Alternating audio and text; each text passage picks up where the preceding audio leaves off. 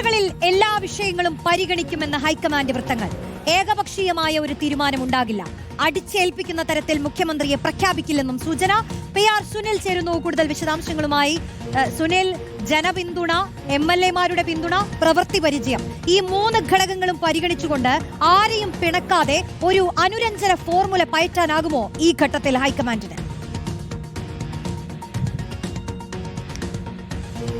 റോഷിനി, തീർച്ചയായും എത്രയും വേഗം കേരളത്തിലെ മുഖ്യമന്ത്രിയെ തീരുമാനിക്കാൻ തന്നെയാണ് ഹൈക്കമാൻഡിൽ ചർച്ചകൾ നടക്കുന്നത്. ഇന്ന് വൈകിട്ട് 5:30 മണിയോടുകൂടി മല്ലികാർജ്ജുൻ ഖാർഗെ ദില്ലിയിൽ തിരിച്ചെത്തും. അതിനുശേഷം നടക്കുന്ന ചർച്ചയ്ക്ക് ശേഷം ഒരുപക്ഷെ ഇന്ന് രാത്രിയോടെ തന്നെ ആരാകും കേരളത്തിന്റെ മുഖ്യമന്ത്രി എന്നത് ഹൈക്കമാൻഡ് തീരുമാനിക്കും. അതിന്റെ പ്രഖ്യാപനം ഒരുപക്ഷെ ഇന്നുണ്ടാകാനുള്ള സാധ്യതയില്ല. ഒരുപക്ഷെ നാളെയായിരിക്കും പ്രഖ്യാപിക്കുക. ഏതായാലും റോഷിനി ചോദിച്ചതുപോലെ തന്നെ ഈ ഒരു സമവാക്യങ്ങളൊക്കെ തന്നെ പരിഗണിച്ച് എങ്ങനെയാണ് ഒരു മുഖ്യമന്ത്രി തീരുമാനത്തിലേക്ക് എത്തുക എന്നതാണ്.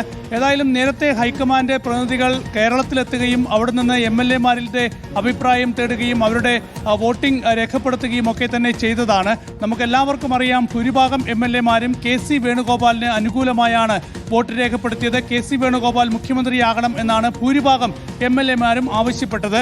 ഏതായാലും അതിനുശേഷമുണ്ടായ പ്രത്യേക സാഹചര്യമാണ് ഈ ഒരു പ്രഖ്യാപനം വൈകിപ്പിച്ചത്. ഇപ്പോഴുണ്ടായിരിക്കുന്ന പ്രത്യേക സാഹചര്യം കൂടി പരിഗണിച്ചുകൊണ്ട് ഒരു മുഖ്യമന്ത്രിയെ തീരുമാനിക്കുന്ന കാര്യത്തിലേക്കാണ് ഹൈക്കമാൻഡ് പോകുന്നത്.